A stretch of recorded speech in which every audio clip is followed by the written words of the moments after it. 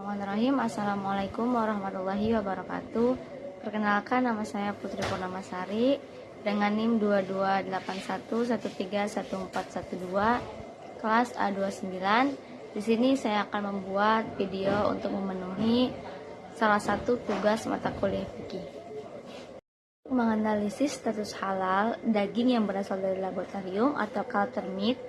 Dari sudut pandang fikih, terdapat beberapa aspek yang perlu dipertimbangkan. Yang pertama adalah sumber sel. Salah satu faktor utamanya adalah dari mana sel yang digunakan untuk kultur itu berasal. Apabila sel yang digunakan itu berasal dari hewan yang halal atau tidak ada unsur haram dalam proses penyembelihannya, maka daging tersebut menjadi halal.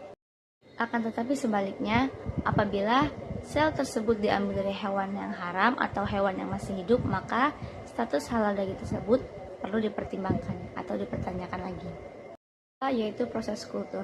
Proses pembuatan daging kultur juga harus diperhatikan. Apabila proses pembuatannya itu tidak melibatkan bahan-bahan haram seperti alkohol atau bahan pengawet yang tidak halal, maka daging tersebut dapat dikatakan sebagai daging yang halal.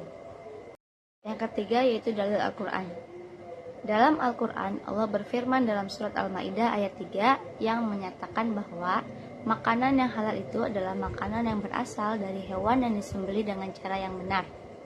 Jadi, apabila daging kultur ini disembelih dengan cara yang benar, maka daging ini dianggap sebagai daging yang halal. Yang selanjutnya yaitu adalah hadis. Nabi Muhammad SAW bersabda bahwasanya segala sesuatu yang baik dan bermanfaat adalah halal.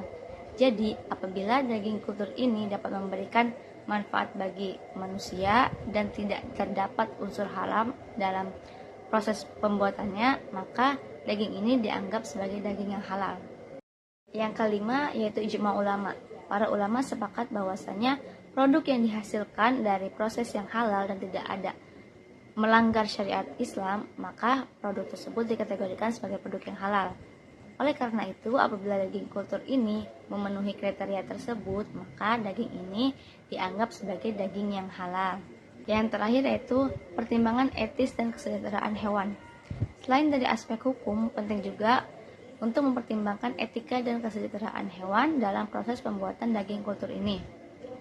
Jika dalam proses pembuatan daging kultur ini tidak merugikan hewan lain atau sesuai dengan syariat Islam, maka argumen ini bisa mendukung bahwa daging itu adalah halal.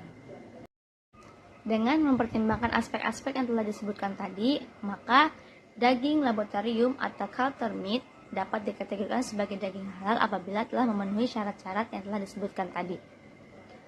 Mungkin cukup sekian dari saya. Billahi taufiq wal hidayah. Wassalamualaikum warahmatullahi wabarakatuh.